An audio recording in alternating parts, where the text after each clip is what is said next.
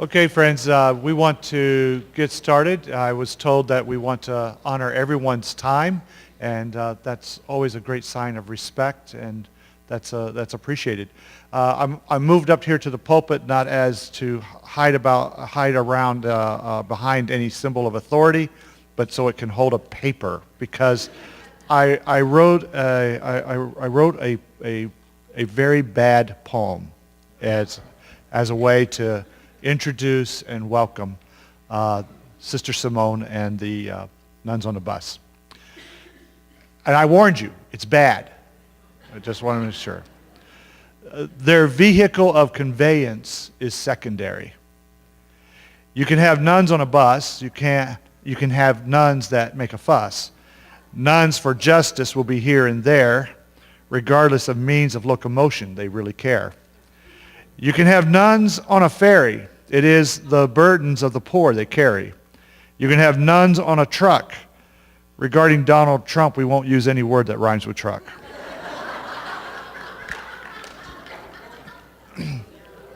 You can have nuns in a car for social justice. They will drive far. You can have nuns on a plane. Their vision for a just world is the most sane. You can have nuns on a train exposing politicians' excuses as lame. You can have nuns on a wagon. On such poor leadership, they be ragging. Their vehicle of conveyance is secondary. What is primary is their vision of a just world based on the vision and values of Jesus. They are motivated and empowered by the spirit of life and love that unites all of us as family on this planet. When Lois picked up the phone and heard the request that they come to Shadow Rock, she was excited, and all of us are honored. Thank you for your work, and welcome to Shadow Rock, where we like to say no matter who you are or where you are on life's journey, you are welcome here. So thank you for your journey and making us a stop along the way, and I introduce Sister Simone.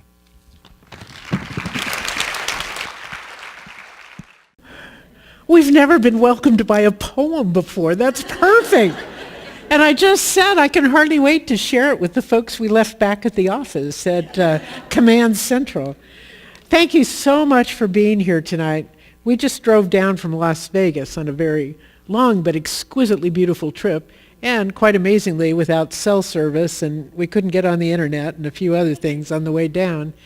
But it is truly an honor to be here tonight in Arizona, which is in many ways, surprisingly, a center of opportunity to make your voices heard in a time where those voices are in desperate need.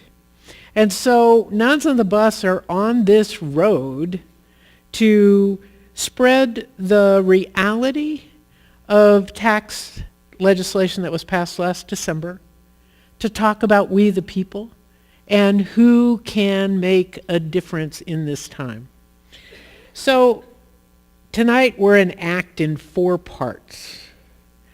Somebody told me operas are in 4 parts. I don't know if that's true, but anyway, we'll pretend we won't sing. Yeah. We sing on the bus, and that has to be contained there. But the 4 parts are, we're going to do a little buzz, a little conversation first. That's like a preamble. Then we're going to talk about what's happened to income over the last 36 years. Some of you, I think, have seen me do this, but we got to set the stage. Then we're going to talk about what's happening with the tax bill, or tax legislation that is law, and what that impact is going to be. And then this is the most important part for us, after we set the stage, then we're going to get you to talk about with each other, how's it going to impact Arizona? And then what can you do to shift this reality? Because we're so worried about the consequences of this tax law. And what happens is people in D.C. said, you're going to go on a bus about taxes? Nobody's going to show up for that. That's too boring for words.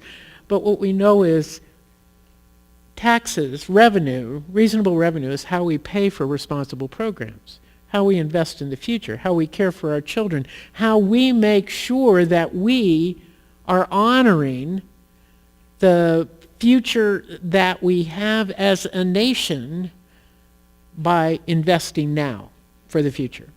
I'm a fiscal conservative. I believe we ought to pay for what we need now. Not everybody agrees with that. I'm happy for diverse perspectives, and that's what we want to entertain tonight.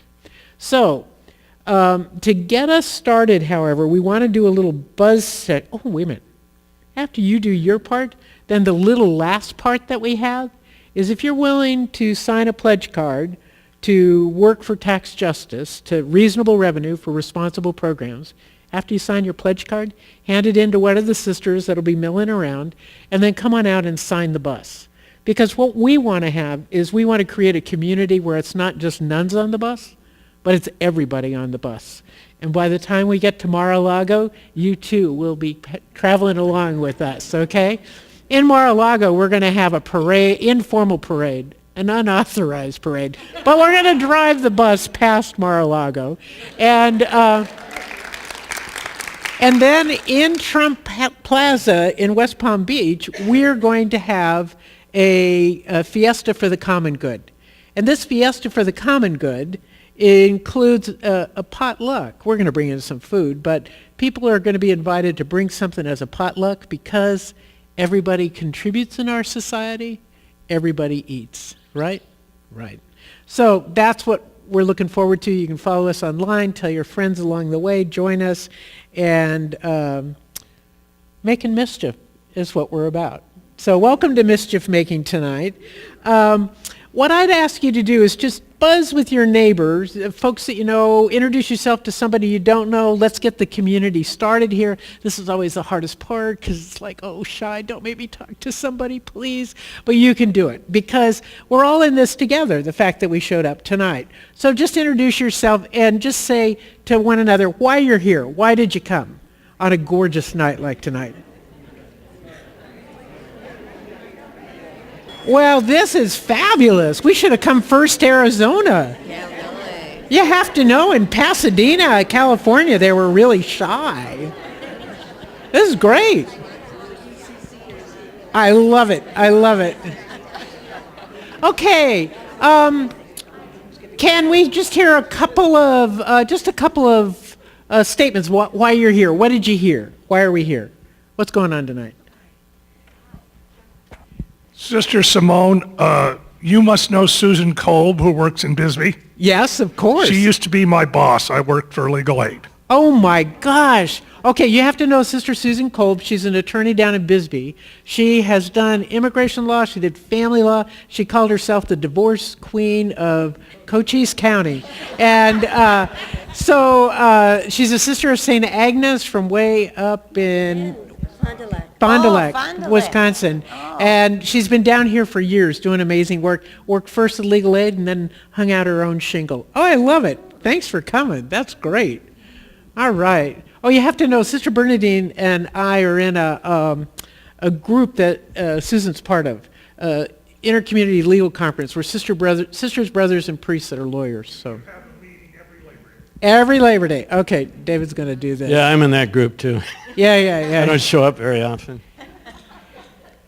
And I too, well actually I started the Florence Immigration Project.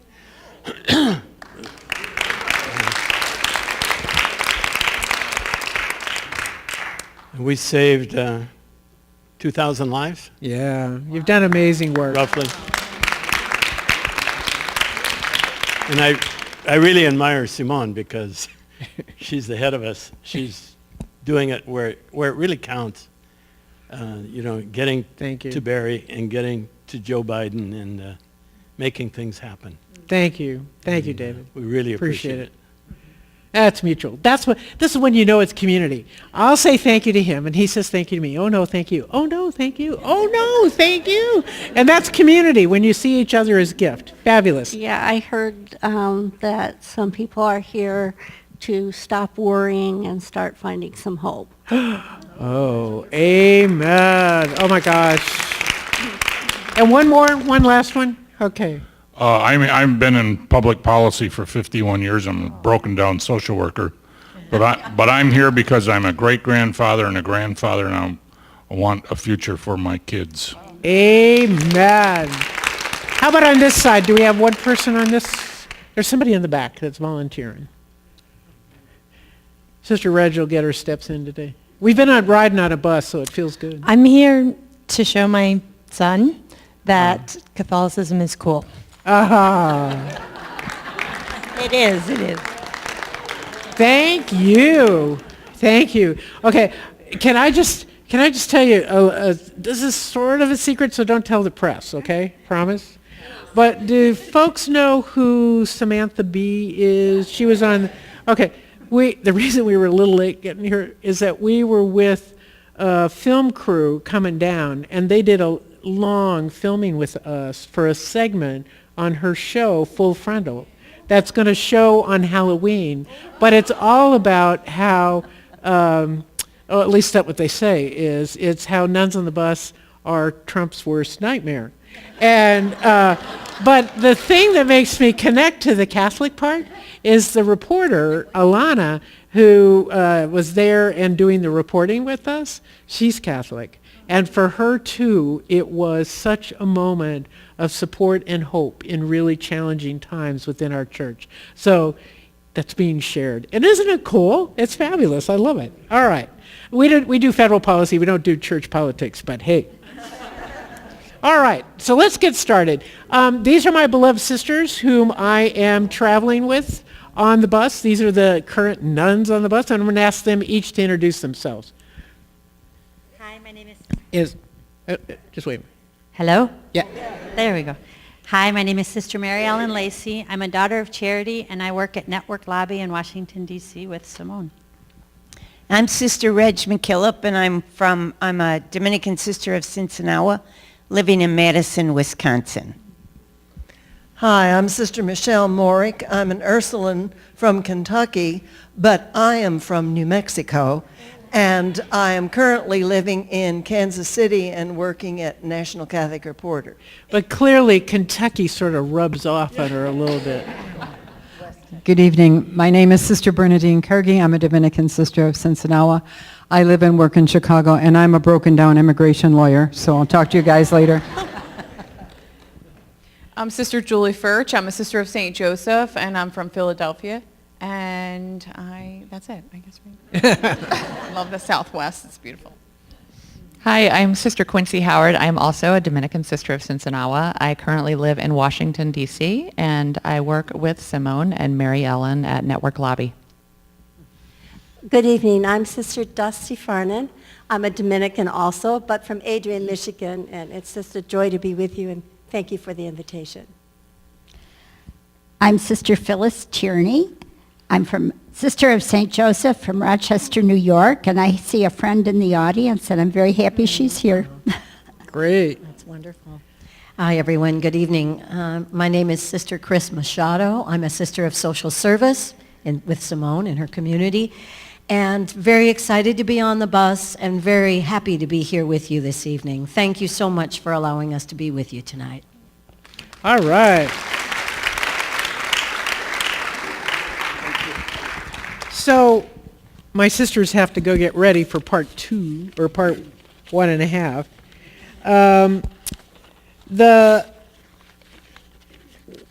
What we want to look at is where we started before the December tax bill with regards to income.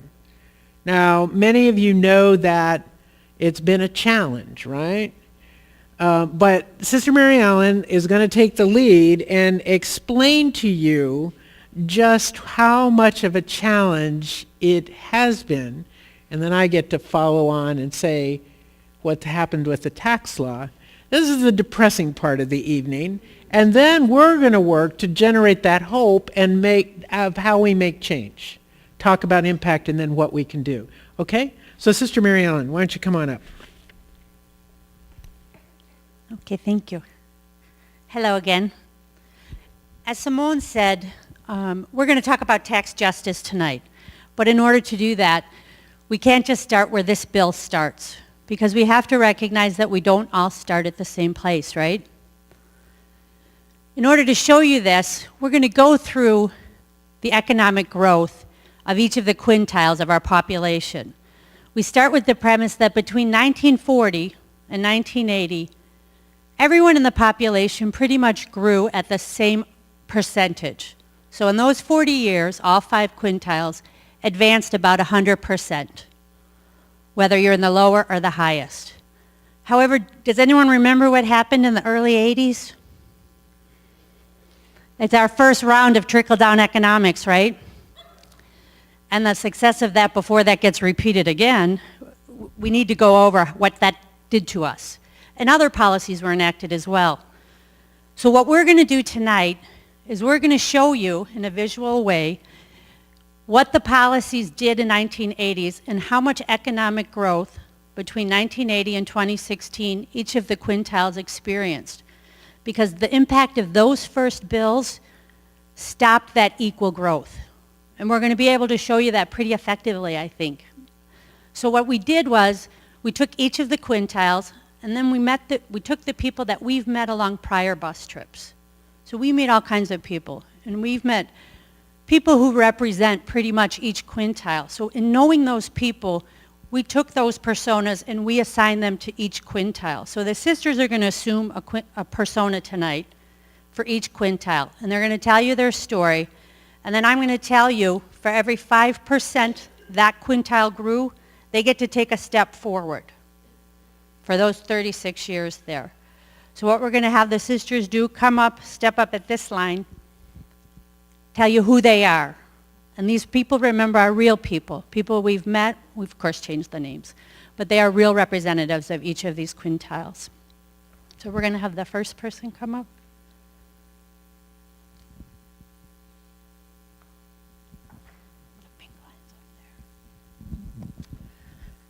Hello, my name is Eddie. I'm 46 years old.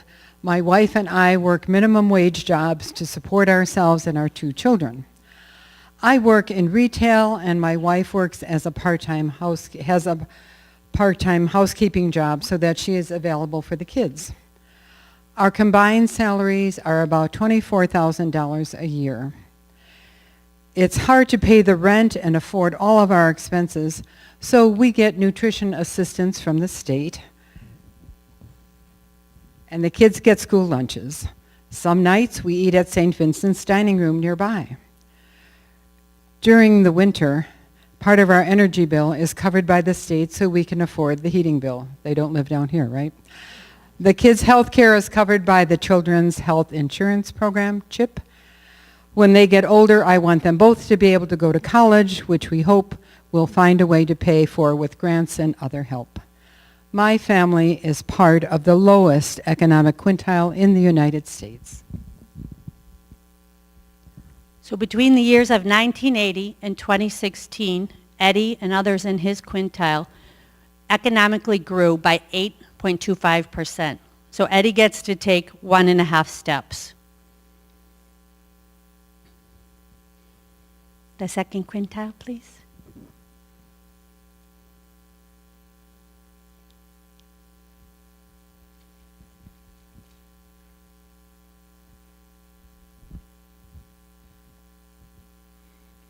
Hi, my name is Nikki. I am 33 years old, believe it or not, and I'm raising my 2 kids and my brother's 2 kids with the help of my mother. I'm a 2nd grade teacher's aide and a server at a restaurant on the weekends. I earn $42,000 a year, and my mother receives $740 a month from Social Security. The 4 kids are signed up for school lunches. Like Eddie over here, I live pretty much paycheck to paycheck, and I have no bank account. My job doesn't allow my nephews to be covered on my health insurance, so they get health care through the Children's Health Insurance Program, CHIP. My family is part of the 2nd economic quintile. So Nikki's advancement is 15.94% growth in the past 36 years. So she can take 3 full steps.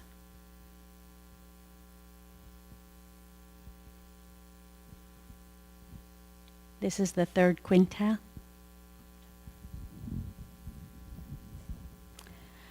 Good evening.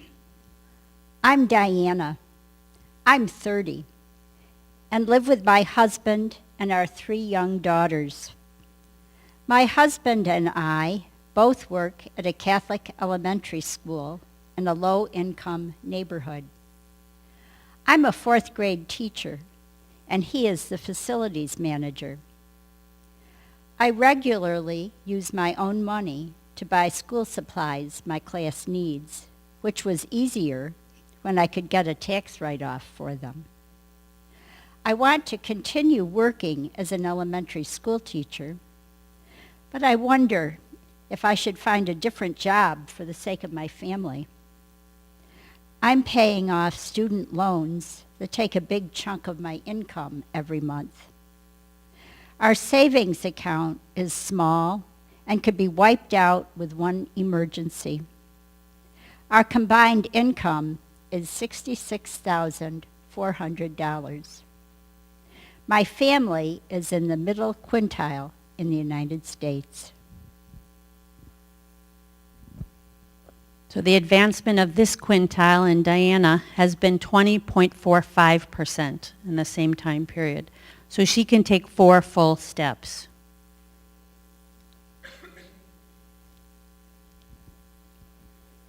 Okay.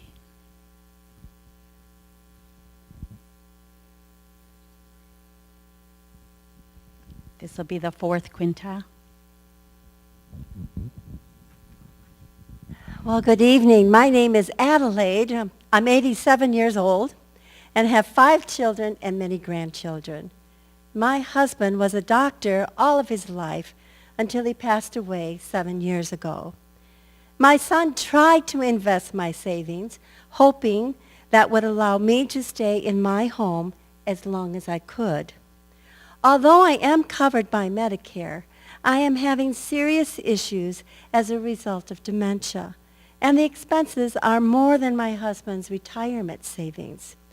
I need to move somewhere where I can get more help, but the nursing home requires private pay for a year, which would cost up to $180,000 before I can switch to Medicaid. My annual income is $97,500, and I have to spend all that before I'm eligible for Medicaid. Adelaide is in the 4th quintile, and they grew 31.45% in the 36 years. So she gets to take 6 full steps. You're beginning to see what's going on here, right? Not everyone's growing at the same pace. Stay tuned.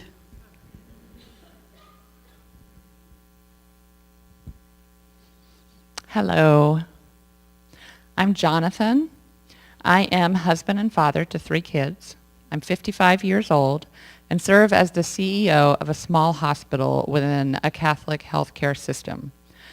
My family lives in an affluent area. All of my children attend excellent public high schools and will go to private colleges. We are practicing Catholics, we give to charities, and are concerned about various social justice issues like hunger and homelessness. My annual income is $245,000, and I don't mind paying my fair share of taxes or adhering to regulations that provide a safe environment for my family and my employees. I don't want to see the safety net in our country shredded and our nation stop investing in our shared future. I'm in the top 20%, the top economic quintile in the United States. And the top 20% in the past 36 years has grown 65.85%. So Jonathan gets to take 13 steps. 1, 2, 3, 4, 5, 6, 7, 8, 9, 10, 11, 12, 13. Now these represent the whole 100%, right? But there's another piece of story that has to be told, is really where our money's going to go, right, is the top 1%. So we've got the top 1% story as well. My name is George. I'm a married father of 4 and a hedge fund manager. I own multiple homes, send my children to top private schools, and go on expensive vacations. Much of my income comes from financial investments, and I've inherited wealth from my parents and grandparents. So I guess people might consider me old money.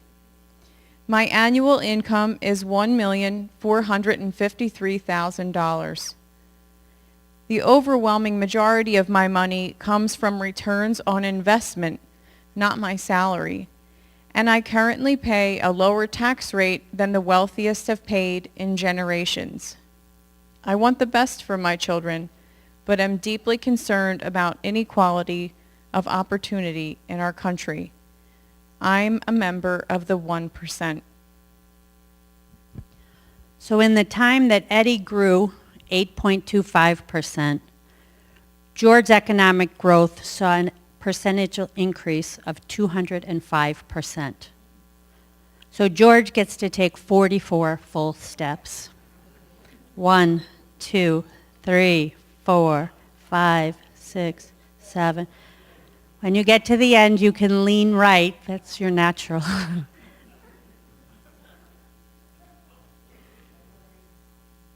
What count are you on? 23, 24, 25, 26, 27, 28, 29, 30, 31, 32, 33, 34, 35, 36, 37, 38, 39, 40, 41, 42, 43, 44. So just take a moment to look around where we're starting before this 2017 bill takes effect. It's a big difference. So I want to do just a real quick pop question. Just ask your people next to you, talk for about 20 seconds. Which of these quintiles do you think are experiencing the most stress?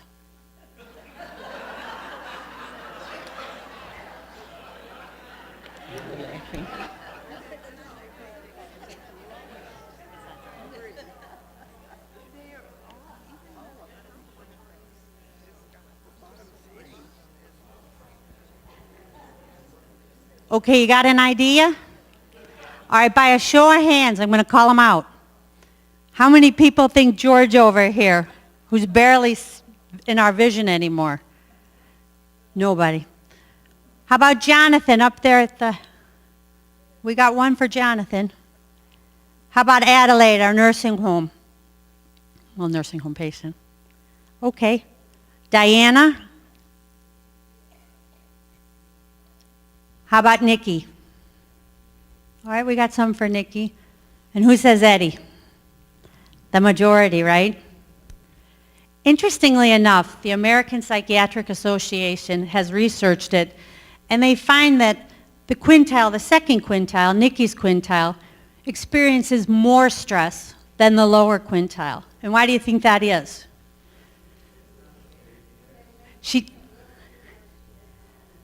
Well, they're more stressful because they're afraid of losing, afraid of dropping out of the stage that they're in and dropping into Eddie's stage. So they're fearful. They're trying to hang on to what they had. And that produces a lot of stress when you have to work every day to keep the little bit you have that's keeping you out of poverty. And so that's why Nikki experiences a little bit more stress than poor Eddie, who, of course, is under a lot of stress as well. So now Simone is going to take us from where we started to what this new bill is going to do. So second round of trickle-down economics. I've got this. Just when you thought it was safe to go back in the water, I've got some additional news for you. And we have to remember that Eddie's 8.25% of a small number is still a small number, but it's a little growth. But the 205% of a big number is an even bigger number. So while we're using percentages in this, and it's a dramatic percentage change, it's even more dramatic if we look at dollars. So we're going to, it's sort of an apples and oranges experience here. So we're going to use for taxes, what the impact of this tax law is we're going to use dollars. So just kind of shift your mind a little bit and think, okay, in dollars, what happens? Now, the tax law had been advertised as being good for everybody. Yeah, right. I know, isn't it? Anyway, we won't go there. We want to get out of here tonight, and I could go down a road on that one. That would be a problem. Okay, so we figured out what, with the help of some of our colleagues who do all the economic calculation in DC, we figured out what the various folks in our quintiles, what their additional tax refund will be, okay, based on the stories we told. And so they're going to take one step for every $100 that they get, okay? Got it? That they get back from the IRS, okay? Ready for that? So they're going to take one step for every $100. All right, so Eddie, you and your family, I know you're working hard, and I'm really excited to tell you that our calculations show you're going to get $60 additional dollars because of this law. So you get to take a half step. And don't spend it all in one place, okay? All right. Nikki, well, I'm excited. You've got better news here. Nikki is going to get $380, so she will round up, and you get 4 steps. So do you want to take your 4 steps? Ready? 1, 2, 3, 4. Very good. Diana, you have even better news. Cheer up. You're going to get $930, so you get 9 steps. 1, 2, 3, 4, 5, 6, 7, 8, 9. Perfect. Okay, Adelaide, you and your walker, I'm really pleased to tell you that you are going to get $1,810. So you get 18 steps. 1, 2, 3, 4, 5, 6, 7, go right, 8, 9, 10, 11, 12, 13, 14, 15, 16, 17, 18. Nicely done. Jonathan, you got your walking shoes on? I'm pleased and slightly horrified to tell you that you're going to get $7,640, so you get 76 steps. You ready? 1, 2, 3, 4. Well, you just count to yourself because we don't have time for this, okay? And then finally, George. George, I don't even know how to say this to you, but you, my friend, are going to get an additional refund of $193,380. So you get to take 1,933 steps. Are you ready? Now you just got to count to yourself, okay? And we'll check in periodically. Jonathan, you got to your place over there? Okay, cool. All right. A little worrisome, eh? A little concerning. But there's one more piece in this tax law that we have to add in. And that is because this law was principally a corporate tax cut. And they added the individual taxes just as a sweetener. Because remember, the individual tax cuts are temporary, only for 10 years. And then it's supposed to revert back to what it was. We'll see. So we have one more person, a character, to add to our story, and that is the corporation. Ta-da!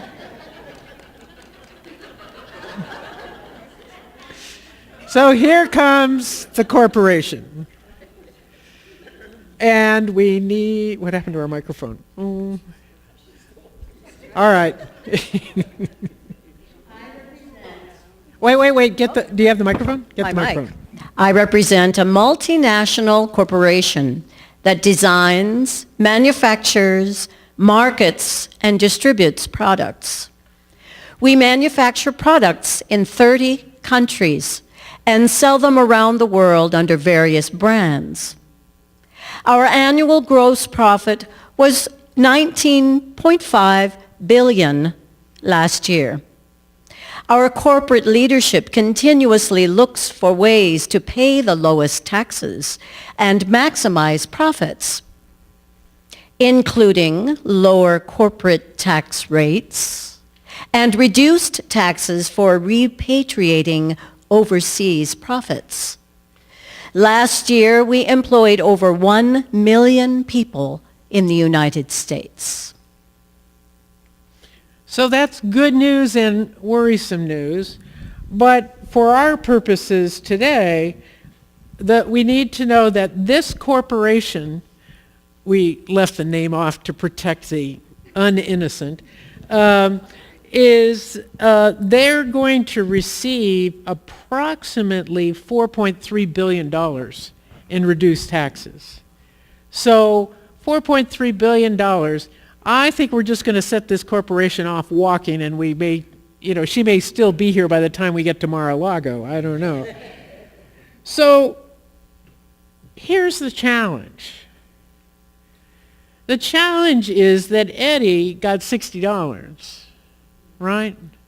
And Eddie and his wife are working hard. And the benefit to Eddie is a little bit, but when you compare to the fact that Jonathan over here, or George who's still walking, it doesn't, do you know where you are? How far are you? 375, okay.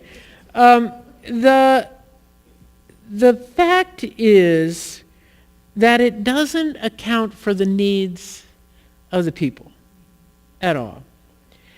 And it also is adding $1.9 trillion to our national deficit. $1.9 trillion.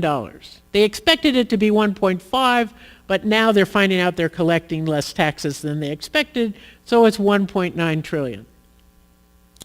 Now we don't know what 1.9 trillion is. You just kind of go 1.9. Well, where's Catherine? Catherine's sitting over here, one of our staff. She found a reference and figured this out, how to talk about it. I didn't believe her, so I did the math. $1.9 trillion. It would mean that you spent $1 a second, every second, for 24 hours a day, 7 days a week, 365 days a year, or 366 days a year. Every second, even during the evening, you spent $1. It would take you 60,248 years to spend $1.9 trillion. That's the size that we're talking about. I don't know about you, but for me, that is wrong.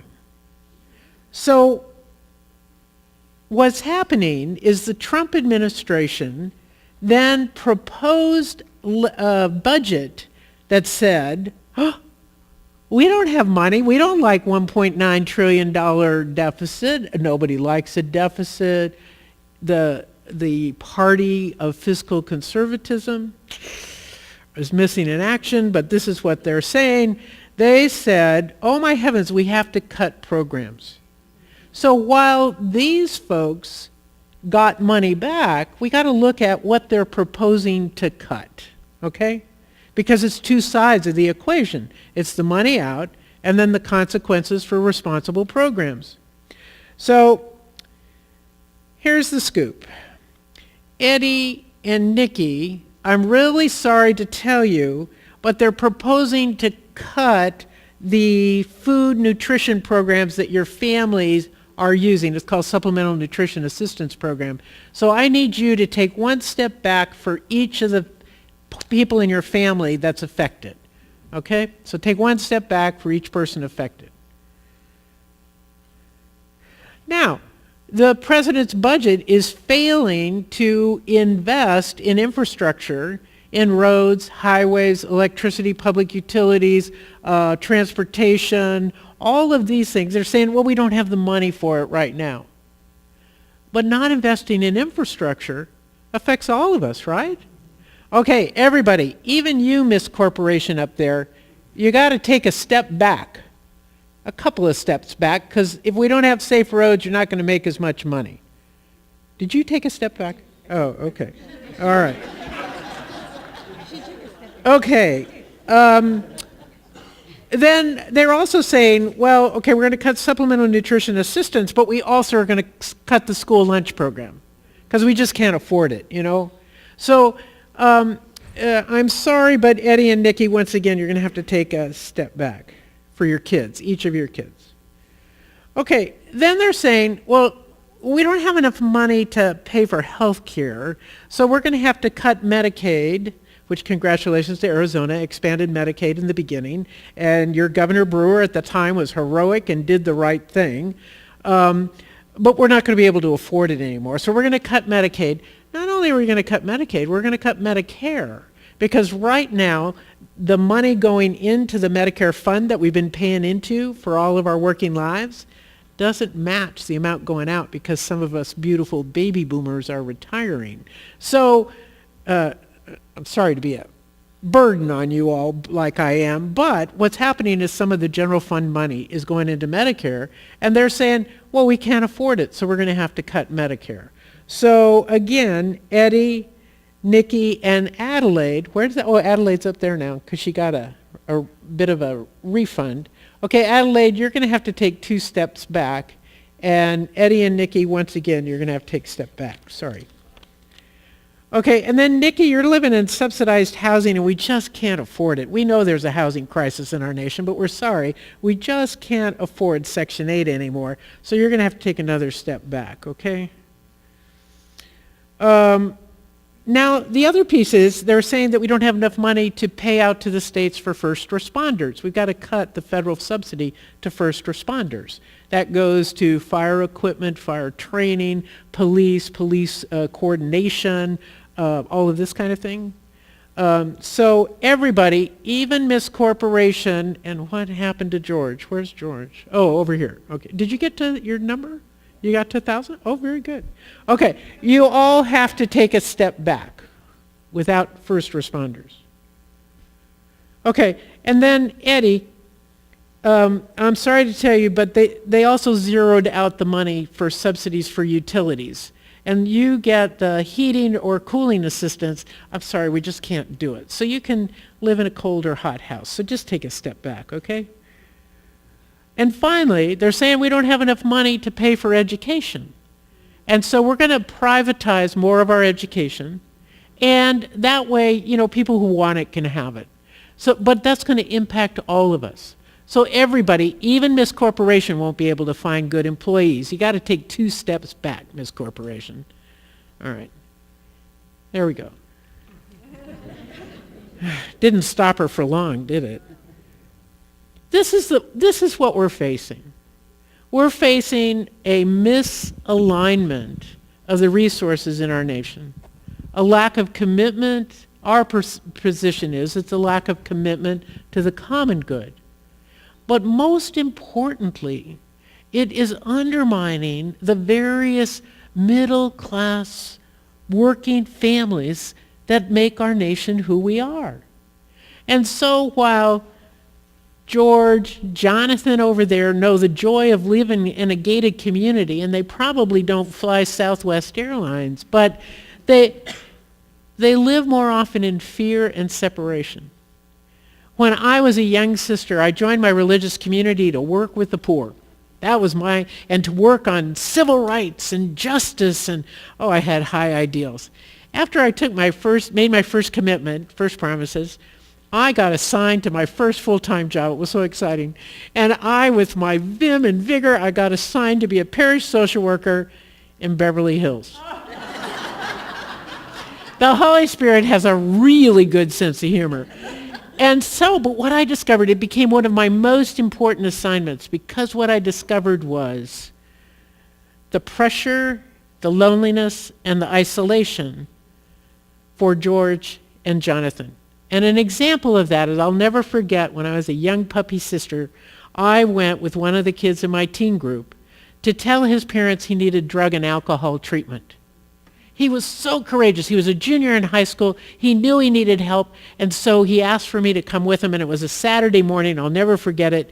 We went to his parents' home. It was overlooking the LA basin. It was a glorious, clear day, and he told his parents, I was so proud of him. And the first words out of his mother's mouth were, "The neighbors don't know, do they?"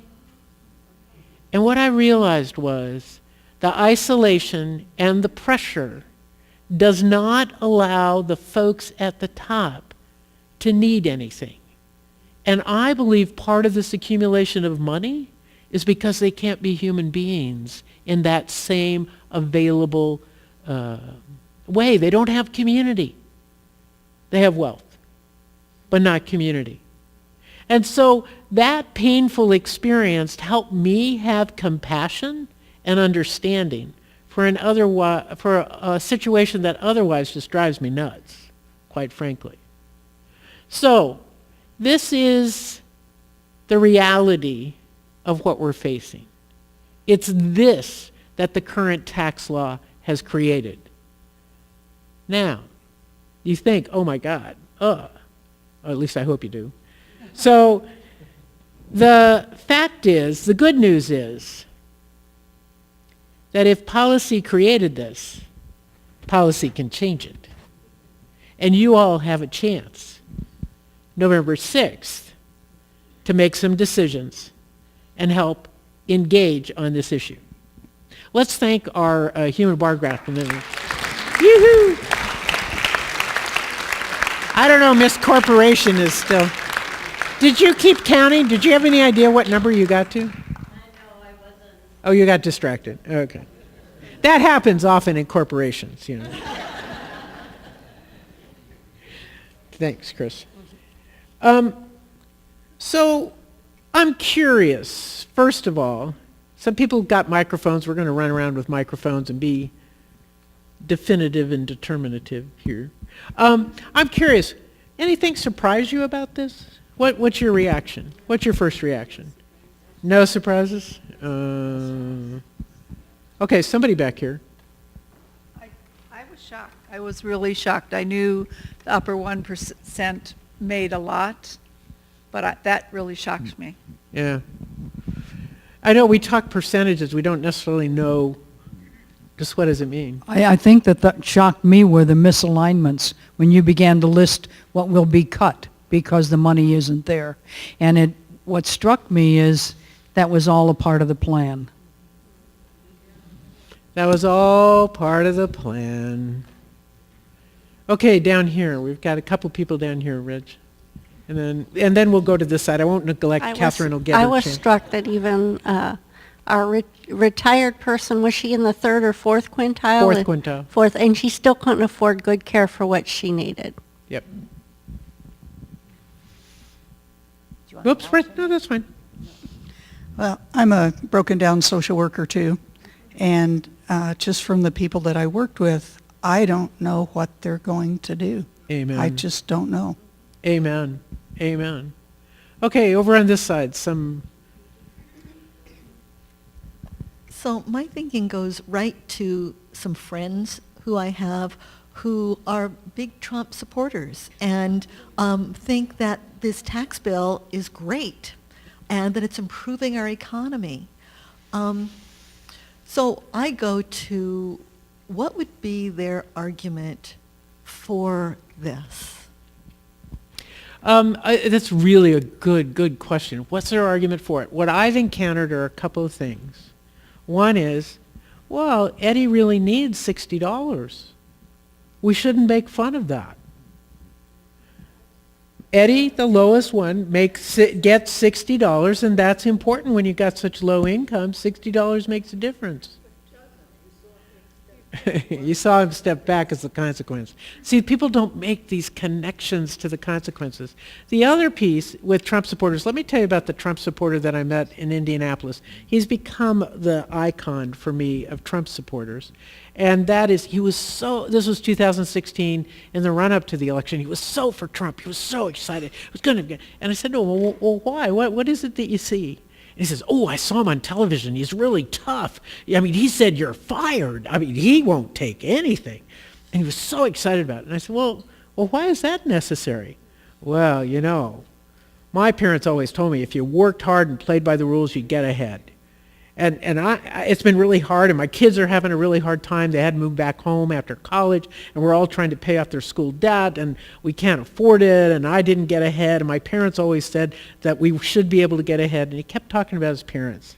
And I don't know what, I think it was the Holy Spirit made me say it. I said to him, well, it sounds like you're kind of ashamed that you didn't measure up to your parents' expectations. Is that true? And bam. He got tears in his eyes, and it scared both he and I. I mean, he was this big burly guy. It was like, whoa. But what I came to see was his anger and his attraction to Trump was because he felt ashamed that he never made it in the economy or made it as big as he thought he ought to. He had a bigger image in his head, and he was ashamed he didn't measure up. And what he didn't see, what many, especially in the, this is where race becomes a problem, because white privilege is about thinking we have to do it alone, that we're in charge and we have to do it alone, and I didn't do it. And they don't see the economic reality of the last 36 years that have created the problem. And so if you think you've not failed, then, I mean, if you think you've failed, then you use, I think this guy especially, and other people that I've met, use anger to cover it, so that they've got their self-esteem and they're righteously angry. We had a few angry people at our event last night, so we met them up close and personal. But the anger is misplaced, because the anger is against people because I feel I failed. When the truth is, we the people don't have enough of a community to make it happen, to care for each other, to change the dynamic, to be invested. Okay, Dave, and then I don't know your name. Well, in the red shirt. We'll do, Catherine, can you get just quickly, I taught math at an elite Jesuit high school, and my grandmother's name is Kavanaugh. So I'm not the least bit surprised. You're bold to say it in this crowd. I'm not the least bit surprised at your conclusions. Oh, interesting. Interesting. All right, no surprise there. I have been canvassing for various things, and what I am coming across with far too many people is the fact that they say, I worked hard for what I have. I'm going to keep it, and I don't want to share it. You want to get something, then they need to work as hard as I worked. Until we can start getting some sense of compassion and understanding for the other person. Right. And the other piece is knowing what benefits they've gotten through government. Because if you've had it, if you're talking to grown-ups, old enough, my age, or even younger than I, a good education. I went to UC Davis Law School. My last year of UC Davis Law School, it was when California still believed in education. I paid $666. Now, my community could not afford to send me to law school. It's just not possible. So it's those kinds of legs up that people don't see that they got. Investing in infrastructure, caring about. Okay, I know, I opened this up way too far. Okay, can I ask a bit of discipline in this one? Because now what we're going to do, what I want you to do is to talk among yourselves about two questions. And that is, how is this reality going to impact you folks here in the Phoenix area in Arizona? How is this going to impact you? Some of it is people are going to say, hey, I got mine, you go get yours, which is ultimate individualism. It won't work. But what are the impacts for you all in terms of services, in terms of disparity. Where do you see the economic disparity right now? How does this play out? How does it affect everybody's quality of life? That's the first half. And the second half is, what can we do about it? How do we act? What can we change? So I'm going to ask you to do 7 minutes on the problem and 10 minutes on the solution. And I'll time you for it. Okay? How's that? So break up into groups. You were with groups before. You were great, so I trust you can do this. And the sisters are going to fan out and join some of the groups.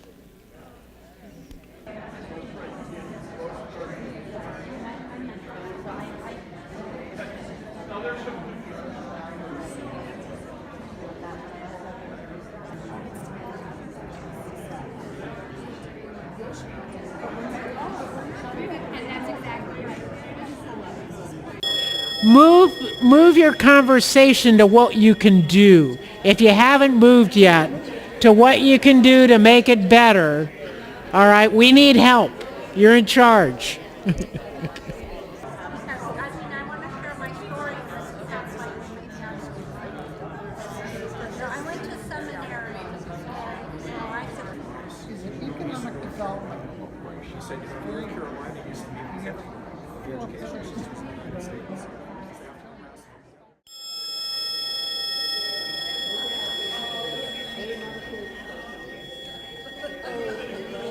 I always feel like wisdom will emerge if you ring a gong. What do you think?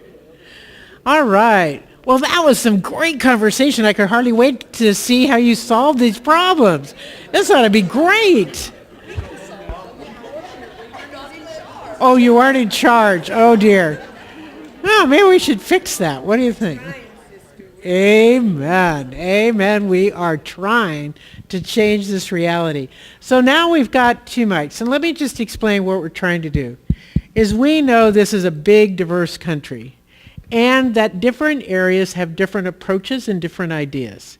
And so this is our third town hall. We did one in Pasadena, California. Gosh, we've only been on the road 3 days. Yeah. We started in Santa Monica, then we went to Pasadena, did that. We went to Homeboy's Industry, if you know Homeboy Industry. Yeah, that was really cool. Oh my God. Oh, but do you want to know something from Homeboy Industry? You know this part about the loss of services? They have a $20 million budget. A year. 9 million of it, or excuse me, 9% of it comes from federal contracts, but they use it to anchor the programs. They had a severe cut in their government funding because of the very thing we're talking about, and they had just had to lay off 20 staff on a program that is so responsible, so effective, getting kids out of gangs, helping re-entering people who've been in prison, creating an economy that works for the folks in the barrio of Los Angeles. It is an amazing program. But they're paying the price. Oh, just set me off.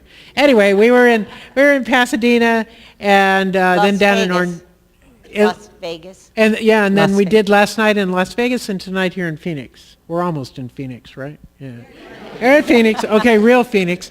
We're in Kansas. And then tomorrow night we do it down in Tucson. So we're going to get a good flavor. And you can tell friends down in Tucson to turn out. You can see it on our website, nunsonthebus.org. But now what we want to do is Sister Mary Ellen is going to make some recordings, and we've got other folks keeping notes. But we'd like to hear first, some of the problems that you see as it particular to Arizona, or how do you see these problems here in Arizona? We're just going to take a couple minutes on that part, because we want to spend most of the time on what can we do? How can we, the people, do better than this? Okay? Is that fair? Okay, so let's first think about what's the impact on Arizona, what's making a difference, what's going on. And our Catherine, right here in the front. Okay, well. Phoenix is similar to Los Angeles in that, or Arizona is. We have a lot of people from across the border who pick our lettuce in August. And so we need to help those people. Does that make sense? So are the okay, so it's immigrant seasonal workers or permanent workers who have seasonal work? Or both? Both, okay. Yeah, we heard that up in Las Vegas too. That was a huge eye-opener to me. That we were at the Culinary Workers Union, and they have 173 countries represented in their Las Vegas unions, speaking 43 languages. I was like, Yeah. holy About 193, moly. I think. Anyway, okay, something else about, okay, here. Well, Arizona is, we were talking about the petri dish for privatization of public education and prisons. Privatization of education and prisons. Whoa. Yeah. Including immigrant jails. Yeah. Okay. Reg is coming. She's getting her steps. Ah, my God. At least she wasn't the corporation, so she needs her exercise. You talked about Jan Brewer before. Well, one of the worst things she did was invite all these companies to come and pay no taxes. Oh, so a lot of new corporate development in return for tax breaks. Not, Okay, well, it's new corporate development, no tax break. Okay. 75% of the Arizona corporations pay $50 a year in taxes. 75% of our corporations in this state pay $50 in tax. Hence, our education level is where it is. Whoa. Corporate welfare. Holy moly. We have a lot of voter suppression. Voter suppression. What mechanisms are being used to do that, David? You name it. How are they doing the suppression? Well, right now you have to have an ID. Photo ID? Yeah, they scare people who are not white, older white males. Oh.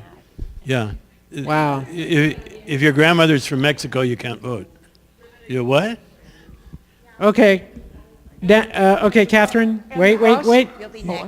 And the rosters changed because in my neighborhood there were people that had been lifelong Democrats and they suddenly were either off the rolls or were listed as Republicans, so they couldn't vote in primaries. So there was like a huge disaster in the last election. Okay, Catherine, why don't you head back? In addition to those roster changes, in a very recent election, the number of polling places went from more than 200 down to 73. People were waiting in line most of the day. Whoa. That's a big dip. Okay. All right, we've got a lot of problems in Arizona. Had you noticed? Holy moly. Okay. Closing polling places, I was going to say that. Okay. And also, Jan Brewer in 2011 or 10, I think it was, denied my medical coverage because I didn't have any dependent children. Okay, I didn't quite understand. Denying medical coverage. Pardon? Denying medical coverage. Oh, denied medical coverage. Ah. Yeah. Yeah, we had good news and bad news. She expanded Medicaid, but then still denied coverage. Yeah, I hear you. This is just a little more on voting rosters. When we were voting for Obama's second term, I was phone calling from Democratic office in my neighborhood and discovered that the data was wrong. We were sending people to the wrong polling places. And I don't think that was just a typo. Accident.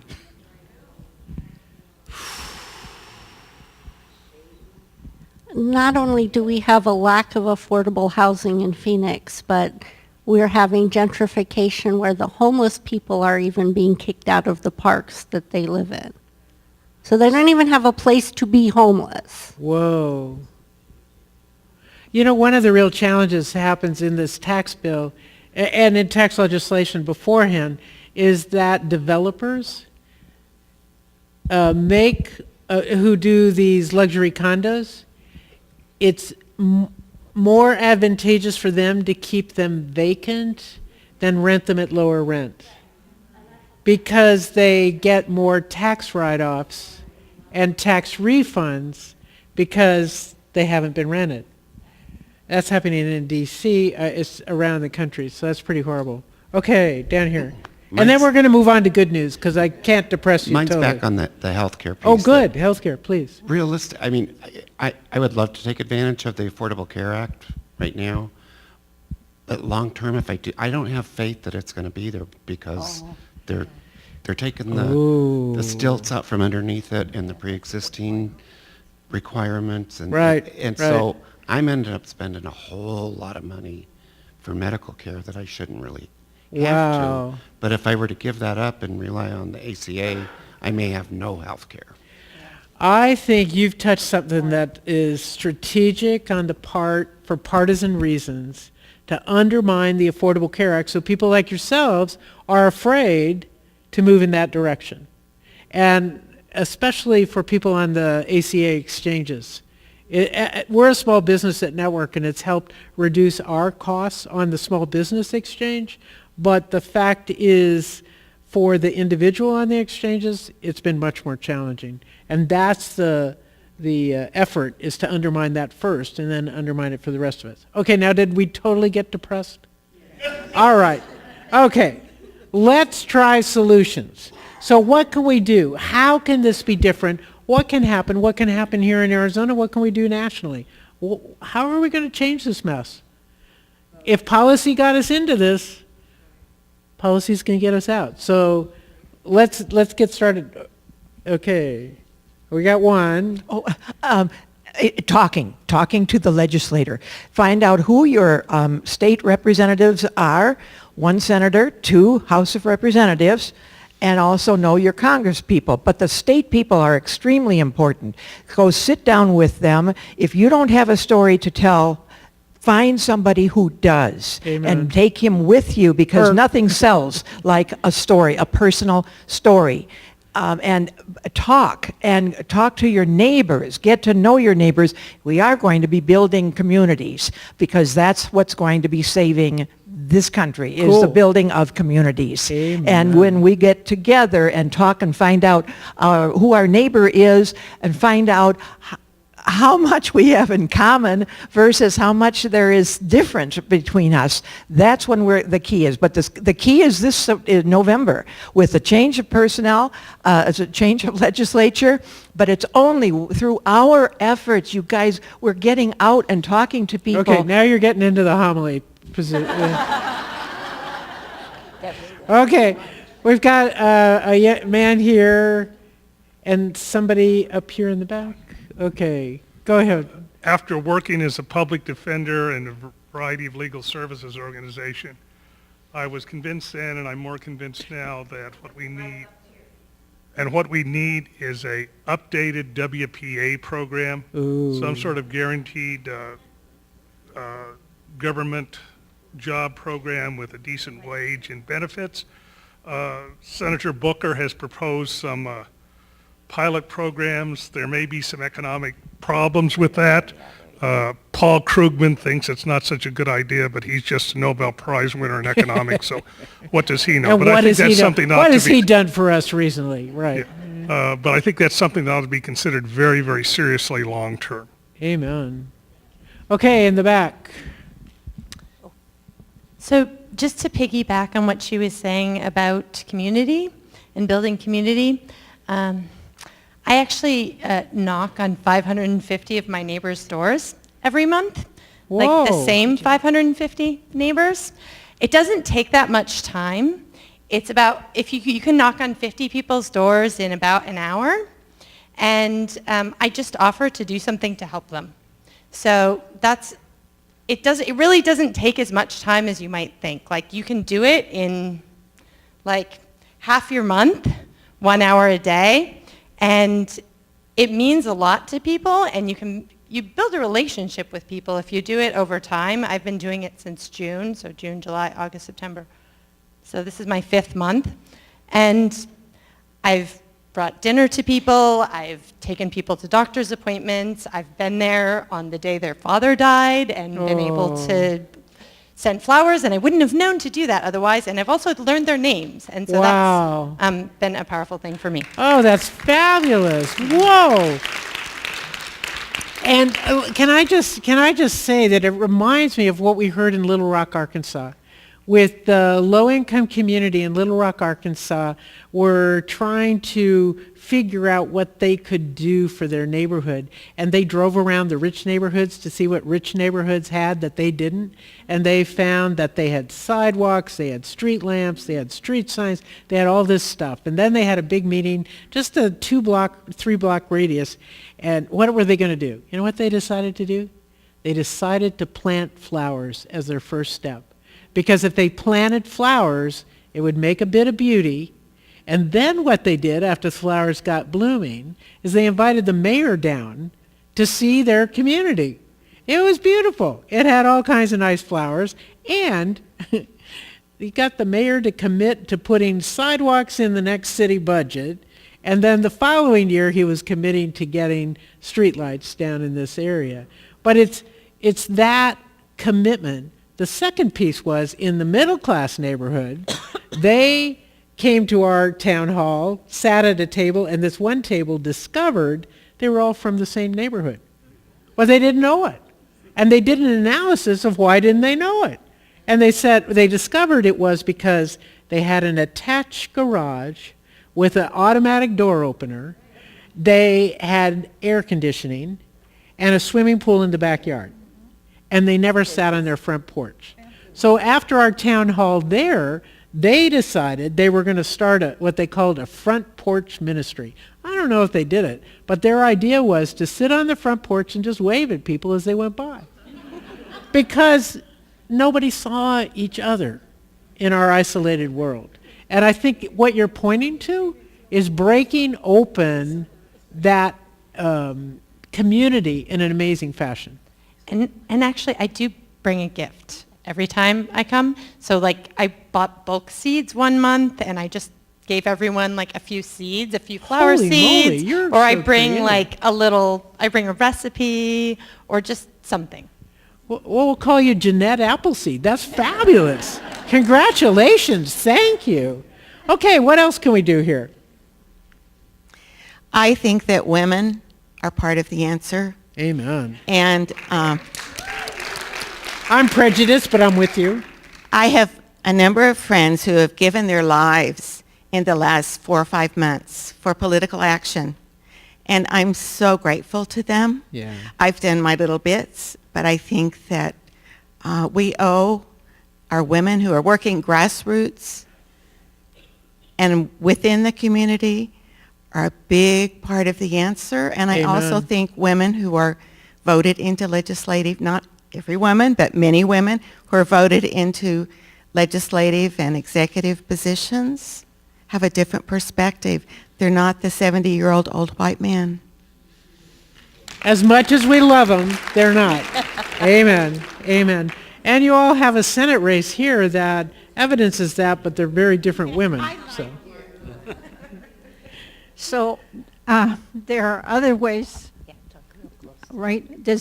Can you hear me now? Oh, yeah, fine. Okay, so there are other ways to bring community together. I have a couple of donkeys, and the people all stop to see the donkeys. Doesn't matter who. So we have people from all over the place who come and see them. But I also wanted to say, in honor of Marilyn behind me, who has been heading a threshold choir. Oh. And she is part of the community too, bringing people together in need. So I think there are a host of ways we do that. Just being people where we are. Amen. And it doesn't happen all at once, but one step at a time. Being there for people when they need us, in whatever way they need us. Good point. Good point. Okay, we have time for like one more, or 2 more. Okay, and then down here. I think we need to keep teaching big math. We have to what? teaching big math concepts like you did tonight. Our candidates are too afraid of substantive discussions, and they're trying to, thread needles and have the right personality or something, and they just need to do the math, and like you did tonight, and said, this is what the taxes did to people. Yeah, we need to not be afraid of that. Yeah, good point. Good point. One of the things, oh, wait a minute, go ahead. That's all right. It left my head. Go for it. Oh, one of the other things we talked about, which I think is critical, is the millennials, the young people. And we're starting to get them more involved. They're starting to get themselves more involved too, with March for Our Lives kids. Oh my gosh, yeah. With some of the programs that are started right here. Tomorrow We Vote is a program to go into the schools and teach them about civics firsthand, and from people that are living it, and to get them to register to vote when they're 18. Fabulous. So that they can grow up voting. And then some of the other things too with the youth, people say, well, millennials don't vote. Well, a lot of them don't. But the reason they don't is they're not a part of the community, and they're not getting the information on issues that they need. Yep. And Yep. they're very open to lots of things. I think Susan was saying they're open to socialism. They're open to all kinds of crazy radical things that we love, but they're open to more than Right. the older people who are voting. And so it's going to be a different voting bloc, but they're starting to come alive, and they're starting to be involved, and that will bring change. Absolutely. I think we're going to have to wrap it up there and do our closing, but we all can talk. We all can continue doing this, but I want to tell a story in response to that I told in the back, so you all have to look interested because I told you first. But the thing that I realized, I was so surprised in 2016, it was that same trip to Indianapolis where I met the Trump supporter. I was doing at a GED class, that adults getting their high school equivalency. There were 25 students adults in the GED class, and I got them talking about what they were worried about in this election.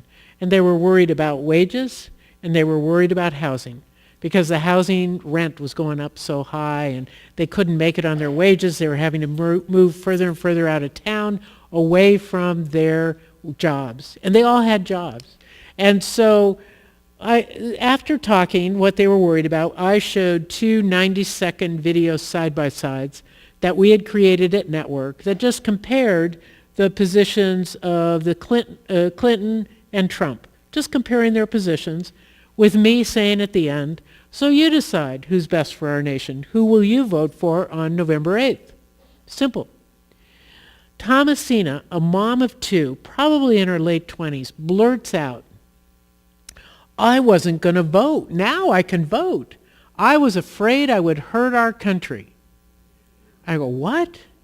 Well, it turns out Thomasina had made a moral choice of not voting because the only thing she knew about candidates were the negative ads she saw on television. She had no other way to assess them.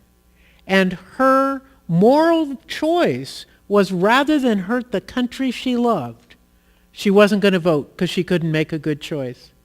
That so shocked me and disturbed me that it made me realize not only do we have to encourage people to get out and vote, but we really have to provide substantive education wherever we can from trusted sources just about what people are concerned about and then what candidates stand for, so that we break through this flim-flam negative ads, right?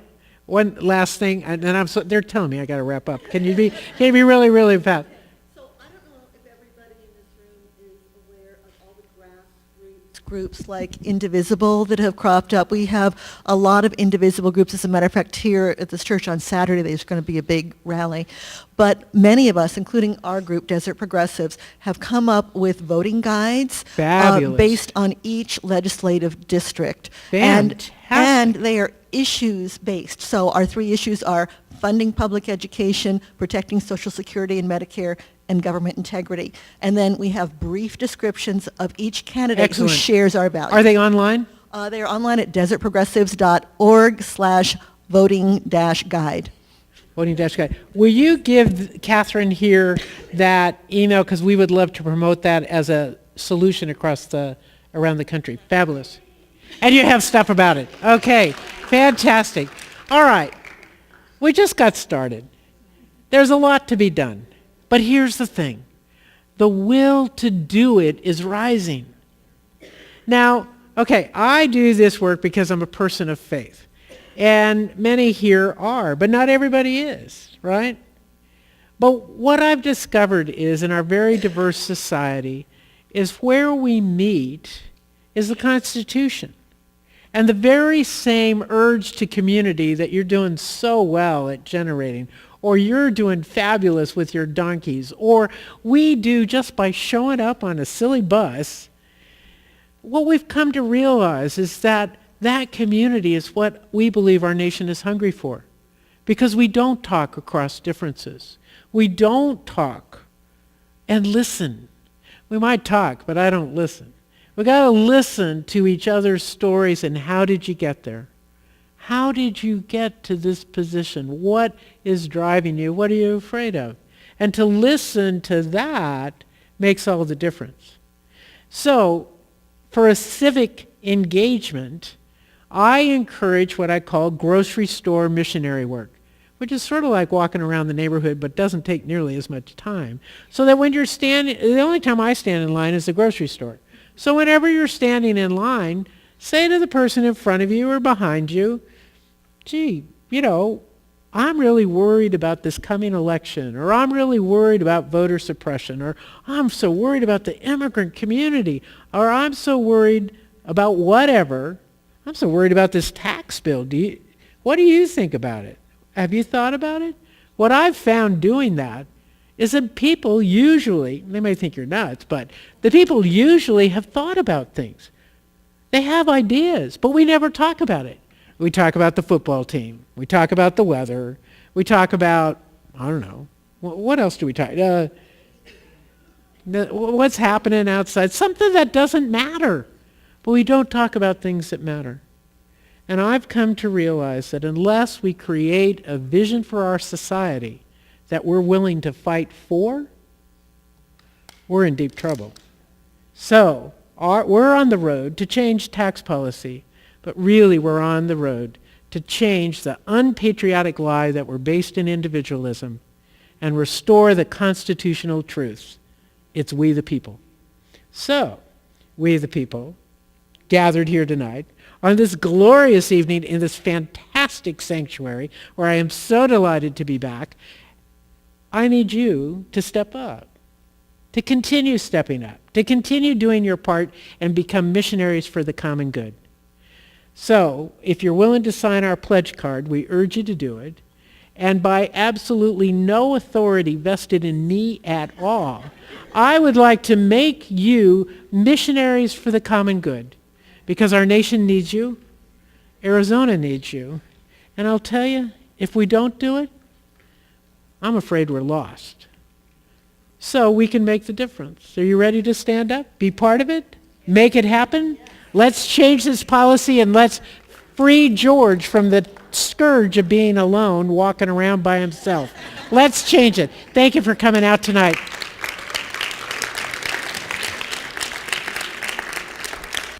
Sign your cards and coming out and sign the bus. Oh, please, one thing.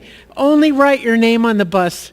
This is only day 3, and people have been writing big messages, and it's taking up all the room, and we have to go to Mar-a-Lago. We don't end until November 2nd, so we've got to have enough room out there.